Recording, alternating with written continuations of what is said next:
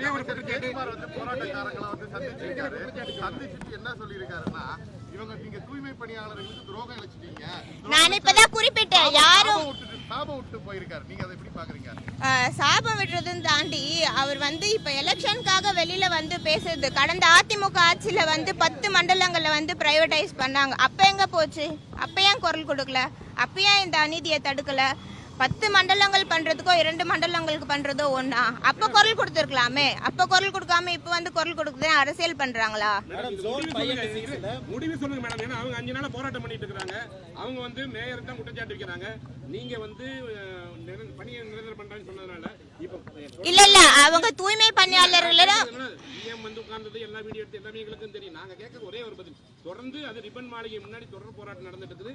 இது வந்து அரசாங்கத்துக்கும் கெட்ட பேர் தான். அவங்க வந்து அங்க இருக்கக்கூடிய மக்கள் ஒரே ஒரு கோரிக்கை என்ன சொன்னாங்கன்னா, இதே மேயர் தான் எங்களுக்கு வாக்குறுதி கொடுத்தாங்க. அவங்க மேயரே வந்து இப்ப வந்ததுக்கு அப்புறம் தனியாருக்கு தார வரட்டாங்கன்றாங்க. ஏன்னா தனியார் அவங்க வைக்கிற ஒரே கோரினா இது வரைட்டு ரேட் சம்பளம் பிரச்சனை தான். அது ஒண்ணு பணி நிரந்தரம் நீங்க பண்ணலன்னு உங்களை தான் தனிப்பட்ட முறையில் குற்றச்சாட்டு வைக்கிறாங்க. அவங்களும் தூய்மை பணியாளர்கள் விட அவங்க அங்கே இருந்தாலும் தொடர்ந்து அவர்களிடம் வந்து மாநகராட்சி சார்பாக வந்து கலந்துரையாடிட்டு இருக்கோம். நேரடியாக அவங்கள கூப்பிட்டு பேசிட்டு இருக்கோம். அவங்களும் வந்து நாங்கள் பணியில் வந்து சேருறோம் அப்படின்றத தான் தெரிவித்திருக்கிறாங்க. கண்டிப்பாக அவர்கள் வந்து பணியில் வந்து சேருவாங்கன்றதை தெரிவித்துக்கிறேன். இல்லை, ஜோன் 5 and 6 வந்து இப்போ 1ஆம் தேதியிலேருந்து ராம்கி அவங்க பணியாளர்கள் வந்து வந்திருக்கிறாங்க. இவங்க ஆல்ரெடி எக்ஸிஸ்டிங் பணியாளர்களும் வந்து வரக்கூடிய நாட்களில் வந்து பணியில் சேர இருக்கிறார்கள். அந்த பணிகள் வந்து துவங்கப்பட்டு இப்போ நடைபெற்று வருகிறது. வார்டு வாரியாக வந்து இப்போ பணிகள் துவங்கப்பட்டு இப்போ பணிகள் நடைபெற்று வருகிறது. இந்த போராட்டத்தினால அதிக அளவில் கழிவு இல்ல கழிவு தேங்குறது அப்படின்றது அகற்றப்பட்டுதான் வருகிறது. ஒரு சேஞ்ச் நடக்கும் போது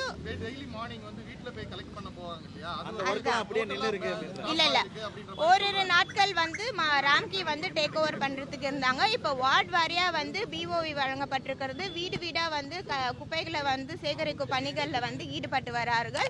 இப்பொழுது வந்து படிப்படியாக வந்து நம்ம நடைமுறைக்கு வரப்படும்ன்றது தெரியும்.